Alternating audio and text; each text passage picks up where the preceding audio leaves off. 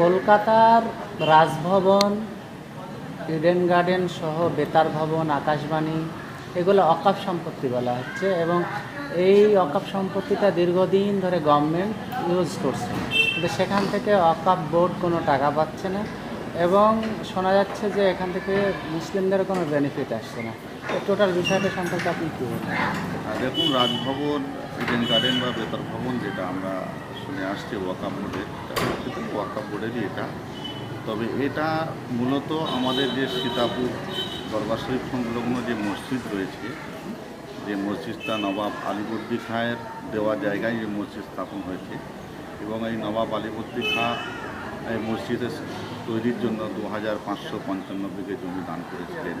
সেই জমিরই কিছু অংশ ইডেন গার্ডেন বা বেতার ভবন, রাজভবন জুড়ে রয়েছে। তো দুর্ভাগ্যের বিষয়, এত জায়গা থাকার পরেও এই মসজিদের সেই রকম কোনো দান আসেও না এবং যে জায়গাগুলো গভর্নমেন্ট ব্যবহার করত তার পরিবর্তে কোনো রেসপন্স বা কোনো কিছু এই মসজিদকেও দেওয়া হয় না বা ওয়াকাফ বোর্ডের পক্ষ থেকেও সেই রকম কোনো ব্যবস্থা আজ পর্যন্ত নেওয়া হয়নি বলে আমরা দেখে আসছি। তো আমি আশা করব এবং সরকারের কাছে এটা আমি দাবি রাখছি যাতে ওয়াকাফের যে সম্পত্তিগুলো রয়েছে তার মধ্যে এই যে সম্পত্তি আছে এগুলোকে লক্ষ্য রেখে যাতে ঠিকভাবে তার আগামীতে আন্দোলন করবেন?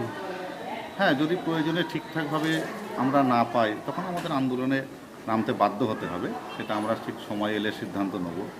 তো আমরা আশা করব। অনেক দিন থেকে কিন্তু হচ্ছে না বিষয়টা।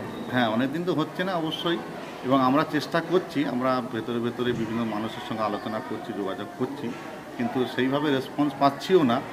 আর রেসপন্স হচ্ছে না, যোগাযোগ করছেন, এটা তো দীর্ঘদিন থেকে শোনা যাচ্ছে যে অকাপ সম্পত্তি ফিরে আসবে, হবে, সিবিআই তদন্ত হয়ে সেটাও বন্ধ হয়ে আছে। তো অকাপ সম্পত্তি তো তৃণমূল আমলে উঠছে না, তো তারপরে তৃণমূল সরকারের পক্ষেই কেন মুসলিমরা যাচ্ছে বা আপনারা যাচ্ছেন?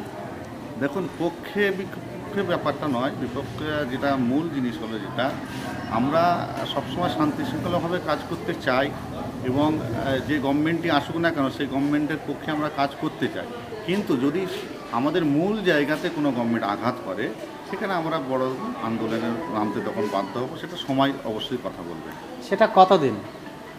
দেখুন, ওইভাবে নির্দিষ্ট তো দিন বলা সম্ভব নয়, তবে আমরা যত শীঘ্র সম্ভব তাড়াতাড়ি আমরা আন্দোলনে নামার একটা চেষ্টা করব বা এই জায়গা জমি যাতে পরিপূর্ণভাবে এই মসজিদ বা এই ওয়াকফ বোর্ড সেই জিনিসগুলো ফিরে পায়, তার জন্য আমরা খুব তাড়াতাড়ি আন্দোলনে নেমে তার ব্যবস্থা করার চেষ্টা করব।